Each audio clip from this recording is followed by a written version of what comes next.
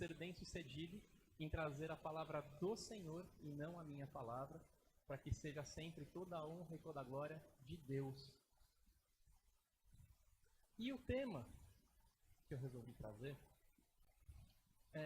eu posso sintetizar, vamos dizer assim, o tema, de que Deus não é um caixa eletrônico. Vocês vão pensar, como é que é? Muitos de vocês vão pensar, mas isso é óbvio que Deus não é um caixa eletrônico. Mas tem um problema. Muitas pessoas pensam que Deus é um caixa eletrônico. E eu ouso ir além. Eu acho que todo mundo que vem para a igreja pela primeira vez, vem pensando, claro que não conscientemente, que Deus é um caixa eletrônico. Porque ninguém entra na igreja porque está com a vida resolvida. Acho que todo mundo vem para a igreja porque tem algum problema e pensa, Deus vai me livrar. Ou então pensa, Deus vai me dar um caminho mais rápido para me livrar. E tem muita igreja por aí que traz aquela incrível mensagem de não, deixa seu Fusquinha 68 aqui com a gente e Deus vai lhe compensar com uma Mercedes. Só se for o ônibus que você vai pegar para voltar para casa. Porque eu acho que não vai ser tão simples assim como um estalar de dedos. Então, o que a gente tem para pensar é justamente isso. Muitas vezes, nós procuramos a Deus porque nós temos necessidade de algo e nem sempre Deus vai nos atender. Deus pode nos atender, mas nem sempre Ele vai. Quantas vezes nós já vimos pessoas que oram, e aquele desejo não é atendido? Isso acontece porque não necessariamente aquele desejo seja o melhor para nós. Deus pode ou não pode atender. A ideia dessa mensagem, na semana passada, quando eu trouxe na escola bíblica, surgiu justamente de uma série chamada Os Escolhidos, que é uma série baseada no Novo Testamento. É uma série, eu não sei quem aqui assiste essa série, mas eu recomendo bastante. E na terceira temporada, tem um momento muito marcante, muito impactante. Isso é bíblico, que Jesus chama os seus 12 apóstolos, os seus 12 discípulos, e os manda em duplas, de 2 em 2, em viagens missionárias. Manda André e Filipe, como uma dupla, manda o Simão Zelote com Mateus em outra dupla, manda Simão Pedro e Judas Iscariotes como outra dupla, e assim por diante. E uma das duplas que é formada é Tiago Maior e Tiago Menor, que na série são apelidados de Tiagão e Tiaguinho. Faz sentido, Tiago Maior, Tiagão, Tiago Menor, Tiaguinho, tudo bem. E na série, tem um evento não bíblico na série, que dizem que o Tiago Menor seria um deficiente físico. E aí o Tiago Menor, ele se sente incomodado. Como eu vou fazer uma viagem missionária para curar pessoas que estão buscando a Cristo se eu sou deficiente? E surge um duplo incômodo no Tiago Menor, ou no Tiaguinho, como vocês preferirem. Ele fica pensando, como eu vou curar se eu não fui curado? E 2, que imagem eu vou passar? Que credibilidade eu vou passar para curar as pessoas se eu não fui curado? Então é aquele incômodo do tipo, eu quero ser curado e não fui. E esse é um lado. E o outro é, que imagem eu vou transmitir às pessoas? Será que eu vou dar credibilidade às pessoas que estão buscando a Cristo? E nesse incômodo, nessa angústia de alma, Tiago Menor vai falar com Jesus. E ele fala, como eu vou fazer isso? E aí Jesus simplesmente diz, você quer ser curado, não quer? E ele, quero? Claro que eu quero. Mestre, é lógico que eu quero ser curado. E aí Jesus continua, e você vai ter uma ótima história para contar, não vai? E ele, vou ter uma ótima história para contar. E aí Cristo responde, igual a todos os outros que eu já estou curando ao longo deste período. E todos os outros mais que eu irei curar. Ou seja, você vai ter mais uma história dentre tantas outras. Mas e se eu não te curar? E você continuar me seguindo? Qual é a mensagem que você vai transmitir? E aí Tiaguinho, o Tiago Menor, fica pensando. E ele fala, tem razão. Eu vou ser um grande exemplo de que eu não estou seguindo a Cristo pelo que Ele me dá, e sim pelo que Ele é. Claro, não vamos ser hipócritas. Nós buscamos a Cristo também por aquilo que Ele nos dá. Até porque seria muita ingratidão. Eu já trouxe esse testemunho aqui uma vez, quando eu estava com problemas financeiros, porque eu tive uma regressão salarial no meu emprego. Vale lembrar, advogados não respeitam a CLT. Eu tive uma redução salarial, eu estava endividado com problemas financeiros, e no meu momento de maior desespero, Deus literalmente me abriu uma porta. Eu não estava mandando meu currículo para ninguém, e um amigo que trabalha comigo, que já tinha trabalhado comigo, disse: estou precisando de um advogado. E ele ia restabelecer o salário que eu tinha antes, para mudar de emprego. Claro que eu agradeci a Deus. Outro exemplo, eu e a minha esposa estávamos com problemas financeiros, e Deus nos fez ganhar um sorteio de carro num shopping center. E eu acredito que minha esposa se lembre disso. A partir do momento que a gente recebeu a ligação do shopping center, eu não sei se ele já foi propaganda, mas agora já foi. E falaram que a gente ganhou o carro. A primeira coisa que eu fiz foi ajoelhar no chão e agradecer a Deus. Eu não vou ser hipócrita. Claro que eu vou agradecer pelas bênçãos que Ele concede, mas Ele poderia não ter concedido. E claro que eu estou trazendo um exemplo não bíblico, não estou trazendo um exemplo dessa série, mas nós também temos um exemplo bíblico. Que exemplo nós temos de quem orou e não teve o seu desejo atendido? Apóstolo Paulo. Na segunda carta aos Coríntios, no capítulo 12, nos versículos 7 e 8, nós vemos Paulo clamando a Deus porque ele tinha uma dor que lhe parecia um espinho na carne. E ele clama por 3 vezes. Vamos fazer a leitura dos versículos 7 e 8 do capítulo 12 da segunda carta aos Coríntios. E para que não me exaltasse pela excelência das revelações, foi-me dado um espinho na carne, a saber, um mensageiro de Satanás para me esbofetear, a fim de não me exaltar. E acerca do qual 3 vezes orei ao Senhor, para que se desviasse de mim. Aqui nós estamos vendo o apóstolo Paulo angustiado com aquela dor intensa. Ele ora 3 vezes: Senhor, me tira essa dor, eu lhe imploro. E o que acontece? Jesus se revela ao apóstolo Paulo, e no versículo 9, na parte A, que foi o primeiro texto que nós lemos aqui, Jesus diz, vamos ler o versículo 9, a primeira parte, e disse-me: a minha graça te basta, porque o meu poder se aperfeiçoa na fraqueza. Aqui nós temos a clara mensagem de que, por mais que esteja doendo, por mais que esteja machucando, nem tudo eu vou te conceder. E qual é a mensagem que nós temos do apóstolo Paulo? Mesmo diante da dor, da aflição, ele permaneceu firme ao Senhor. Não permaneceu perfeito, todos nós cometemos erros. Nós temos, inclusive, questões de brigas do apóstolo Paulo, salvo engano com João, agora falando de cabeça, e que depois eles se reconciliam até. Então nós vemos que os apóstolos não são perfeitos, mas eles tentam seguir no caminho do Senhor, mesmo quando Deus não concede aquilo que é desejado.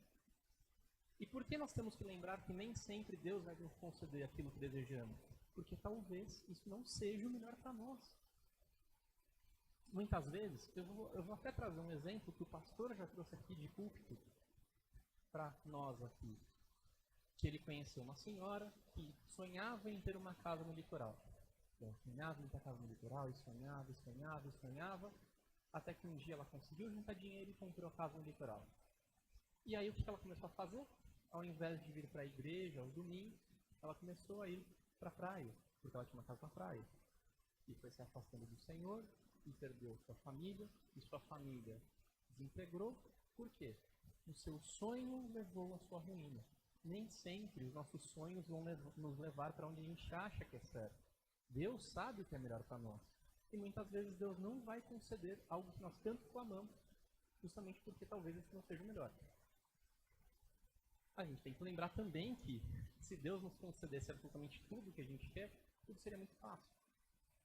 E a gente tem que lembrar que nós escolhemos caminhar na no mundo. Nós escolhemos ter o pecado. Como assim? Agora eu vou trazer um exemplo pessoal meu. Para quem não sabe, em 2013 meu pai faleceu, eu não era convertido. Ele saiu para comprar pão, literalmente, e teve um infarto na rua. Ele tinha pressão alta, naquele dia não tomou remédio, infartou na rua e veio a falecer. E eu poderia questionar a Deus, por que você tirou o meu pai de mim? Claro que eu poderia. Eu poderia ficar indignado, eu poderia me revoltar. Mas se naquele lapso de tempo entre o infarto do meu pai e a ambulância chegar e ele ainda está sendo atendido, Deus concedesse o meu pedido, meu pai poderia se recuperar e voltar para casa e viver uma vida normal. Mas meu pai não voltou. Ele veio a falecer em 2013. E eu poderia me indignar. Eu não era cristão, mas claro, eu já tinha a ciência de Deus, né? E eu poderia me indignar de que Deus me abandonou, Deus não quis me ajudar. Eu poderia ter essa reação. Graças a Deus não tive, eu não me revoltei. Mas tem muita gente que se revolta com esse tipo de situação. Eu conheço algumas pessoas que perderam familiares e se revoltam. Deus tirou essa pessoa de mim. Só que nós temos algumas questões. Se Deus sempre atendesse o nosso clamor para que as pessoas não viessem a falecer, ninguém morreria. Porque sempre alguém vai estar orando por nós. Então esse é o primeiro problema.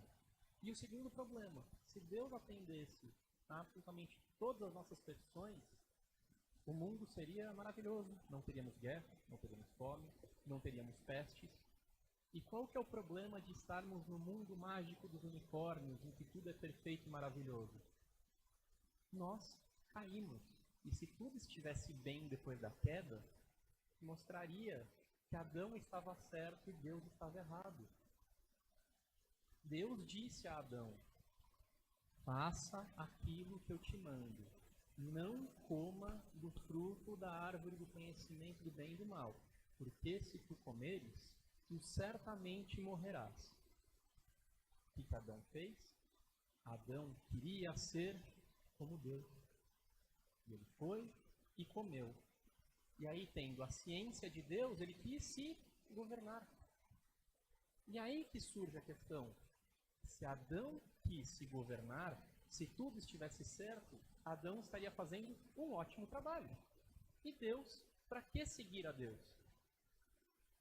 Então, nós vemos as coisas do jeito como elas estão, até por conta disso. Porque nós escolhemos esse caminho. Nós escolhemos o caminho do mundo. E claro que depois que nós estamos neste caminho, depois que o pecado está entre nós, aí nós devemos fazer uma escolha para ir para o caminho do Senhor. Nós devemos nos converter, mudar de direção. E isso mostra, efetivamente, que Deus não vai nos dar tudo o que nós desejamos. E nós devemos ser gratos, mesmo quando Deus não nos dá aquilo que desejamos. E isso é o que nós conseguimos ver com bastante clareza no livro de Jó, no capítulo 1, nos versículos 20 a 22. Quando Jó estava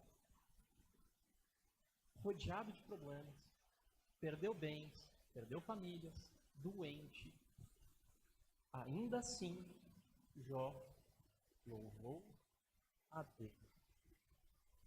Se quiser ler, leia comigo, começando do versículo 20 do capítulo 1.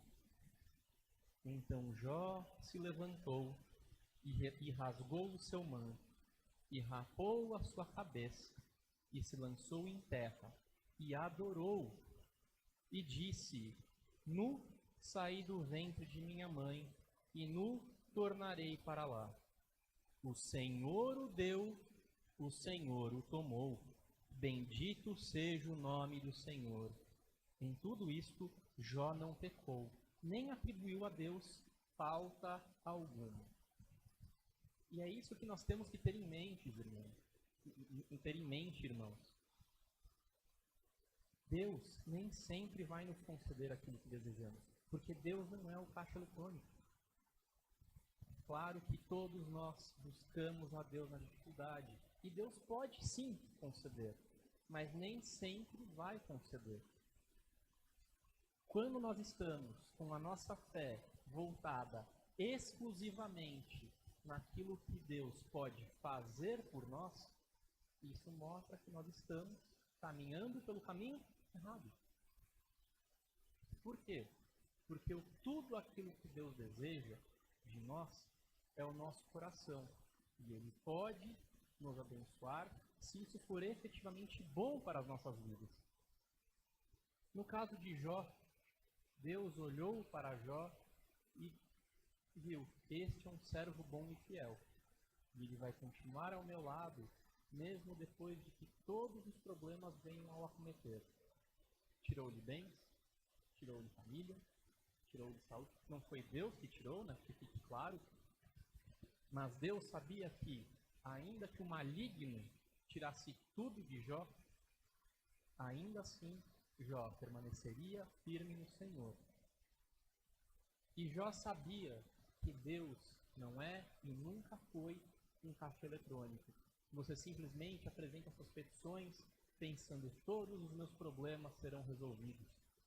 Não. Jó permaneceu firme. Permaneceu aos pés do Senhor o tempo todo, com a sua fé praticamente inabalável, questionando até a sua própria existência, mas nunca a Deus. Por quê? Porque ele sabe que Deus é maravilhoso e Deus é perfeito e Deus é tudo o que ele precisa. Por mais que tudo dê errado, Deus é absolutamente tudo o que ele precisava. E é isso que nós precisamos ter em mente para nós. Voltando até um passo atrás, não tive a minha petição atendida com relação ao falecimento do meu pai. Mas tudo que eu preciso é ter o meu pai, o meu grande pai.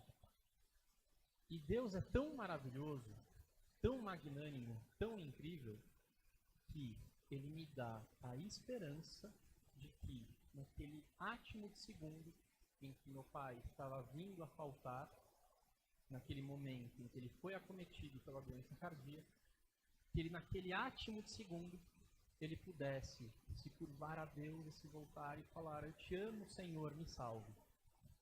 Até porque a palavra do Senhor diz que Deus deseja que todos sejam salvos. Então veja que mesmo diante do não atendimento do meu clamor para que meu pai não viesse a faltar, eu ainda tenho a esperança de um dia na eternidade encontrar com meu pai. Por quê? Porque este mundo é passageiro. Estamos aqui só de passagem. Nós estamos caminhando aqui e devemos caminhar de acordo com a vontade do Senhor, olhando para Cristo na glória, para um dia estar ao lado do Senhor. E é isso que é tão relevante. Mas para que isso possa acontecer, para que um dia a gente possa estar caminhando na glória, nós temos que lembrar que nós devemos amar a Deus em espírito e em verdade. E aqui nós vamos até para a segunda leitura bíblica que nós tivemos ao longo do culto, no livro de João, no Evangelho de João, no capítulo 4, versículo 23, que fala justamente da adoração ao Senhor em espírito e em verdade. Se os irmãos já encontraram, vou iniciar a leitura, que é: mas a hora vem, e agora é, em que os verdadeiros adoradores adorarão o Pai em espírito e em verdade, porque o Pai procura a tais que assim o adorem. Nosso Deus espera de nós uma adoração em espírito e em verdade. E Ele nos buscará com a nossa adoração em espírito e em verdade. Não com a nossa adoração com base naquilo que Ele pode nos dar. E é claro, nós devemos ser gratos por aquilo que Ele nos dá. Não devemos ser ingratos, principalmente com o Senhor. mas a adoração tem que ser independentemente do que ele nos dá. A adoração tem que ser em espírito e em verdade. E indo além. Quando nós pensamos em espírito e em verdade, nós temos que lembrar que a nossa adoração não deve depender de subterfúgios, não deve depender de intermediários. Nosso intermediário já é Cristo. Cristo está intercedendo por nós. Muitas pessoas pensam, eu vou adorar essa imagem porque essa imagem vai representar a Deus. Não, a imagem não representa nada. Eu vou adorar aquela pessoa que se diz representante de Deus na terra. Não, você tem que adorar a Deus. É em espírito e em verdade. Você tem que agradecer aquilo que Deus te faz e tem que adorar a Deus pelo que Ele é, independentemente dos seus clamores serem atendidos ou não. Nós temos que lembrar que os apóstolos tiveram o grande prazer, o grande deleite de conviver com Cristo. E ainda assim, mesmo na convivência, ainda assim, alguns deles tiveram momentos de dúvida. Uma breve reflexão, João Batista, ele não foi um apóstolo, mas ele foi quem abriu os caminhos do Senhor. João Batista, quando estava preso por Herodes, antes da sua execução, chegou a questionar: será que o Senhor é realmente Cristo ou devemos esperar alguém que virá depois? Não temos que esperar ninguém mais. Cristo é suficiente. Jesus era, é e será sempre o Messias. E nós estamos falando de João Batista, que foi quem abriu os caminhos do Senhor. Que o próprio Jesus disse que neste mundo ninguém será maior do que João. Mas embora ele continue no reino dos céus, até o menor será maior que João, né? Então veja, neste mundo que conhecemos, ninguém será maior que João, além de Cristo, evidentemente. E ainda assim, João Batista teve dúvidas. E ele conviveu com Cristo.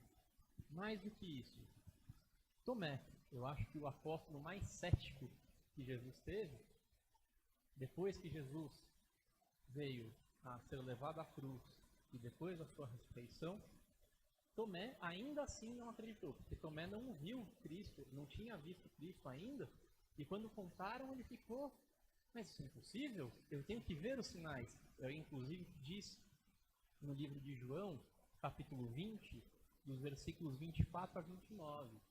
Permitem a leitura um pouquinho mais extensa, mas Evangelho de João, capítulo 20, versículos 24 a 29.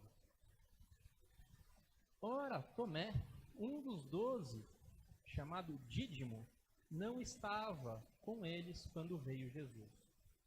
Disseram-lhe, pois, os outros discípulos: vimos o Senhor. Mas ele disse-lhes: se eu não vir o sinal dos cravos em suas mãos, e não puser o meu dedo no lugar dos cravos, e não puser a minha mão no seu lado, de maneira nenhuma o crerei. E 8 dias depois estavam outra vez os seus discípulos dentro, e com eles Tomé. Chegou Jesus, estando as portas fechadas, e apresentou-se no meio e disse: paz seja convosco. Depois disse a Tomé: põe aqui o teu dedo e vê as minhas mãos, e chega a tua mão e põe no meu lado, e não sejas incrédulo, mas crente. E Tomé respondeu e disse-lhe: Senhor meu e Deus meu. E disse-lhe Jesus: por que me viste, Tomé, creste? Bem-aventurados os que não viram e creram. E é isso que nós temos que ter em mente. Nossa fé tem que estar voltada ao Senhor em espírito e em verdade. Nós temos que crer mesmo sem ver, porque nós não precisamos de nada além do que a palavra do Senhor. Deus nos deixou a palavra dele, e isso é tudo que necessitamos. Inclusive, eu li até o versículo 29, mas se vocês continuarem a leitura, vocês verão o testemunho de João ainda dizendo que muitos outros sinais foram realizados por Jesus, mas não foram relatados. Ou seja, isso é tudo que nós necessitamos. Nós não precisamos nem de mais nem de menos. Tudo que nós necessitamos está na palavra do Senhor. E a nossa crença, que sejamos crentes em espírito e em verdade, sem a necessidade de ver coisa alguma, porque Deus já está nos dizendo. Nós só temos que crer na palavra dele. E quando eu falo em crer na palavra do Senhor, eu não estou dizendo crer em crendices. E isso foi algo também muito curioso que aconteceu essa semana, que minha esposa estava vendo na internet um absurdo, um impropério, né? Praticamente uma blasfêmia. Tem uma influenciadora aí, que eu não vou mencionar nome porque eu não quero dar propaganda para ninguém, que veio relatar ao longo dessa semana de que ela estaria colocando, tinha comprado várias e várias Bíblias e estaria colocando Bíblias abertas na fundação da casa que ela estaria construindo. Aí você para assim, você fala, o quê? Como assim colocar Bíblias abertas na fundação da casa, na parede, concreto? Que versículo vai abrir, né? Enfim. E o mais curioso foi que depois ela fez um segundo vídeo dizendo que aquilo que ela estava fazendo tinha orientação do pastor da igreja dela. Mas pensa, o que estão ensinando por aí, né? Quando eu falo que nós devemos crer na palavra do Senhor, não é utilizar da Bíblia como se fosse cartomante. Como que é? Uma vez a Duda, numa aula, falou como tarô gospel, eu gosto dessa expressão. Hoje eu vou abrir a Bíblia de maneira aleatória e ver o que Deus tem para mim.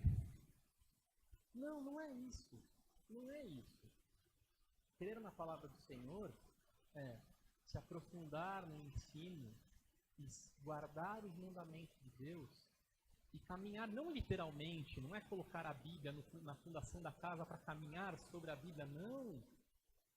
É caminhar os caminhos do Senhor. Até utilizando de um exemplo que o pastor utiliza bastante aqui na igreja, Cristo caminha na praia e deixa as suas pegadas.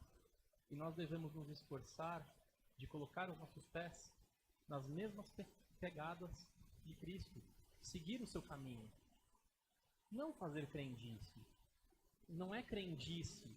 Deus não quer a nossa crendice. Deus não quer a nossa religiosidade. De religiosidade tem um monte de igreja por aí. Um monte. Das mais absurdas. Deus quer o nosso coração. E que a gente se volte à palavra do Senhor, mais uma vez, em espírito e em verdade. Crendo sem precisar ver, porque tudo que nós precisamos, Deus já nos disse. E se nós estamos com a sensação de que Deus está falando pouco conosco, é porque nós estamos abrindo pouco nossa Bíblia. Então, irmãos, em conclusão, não sejamos como Tomé, neste exemplo final que tivemos. Não vamos demandar, exigir que Deus nos mostre os sinais. Os sinais já foram mostrados. A Bíblia já está em nossas mãos. E que bênção que nós temos a Bíblia em nossas mãos. Tem tantas pessoas por aí que não têm a Bíblia em mãos, estão em países que têm tamanha repressão, que não podem ler a palavra do Senhor. Nós temos. Vamos nos voltar à palavra do Senhor. Vamos ler, nos aprofundar e não vamos ficar com crendice. Vamos crer em espírito e em verdade, crendo naquilo que Deus nos diz diariamente. E que Deus abençoe a todos nós. Em nome de Jesus. Amém.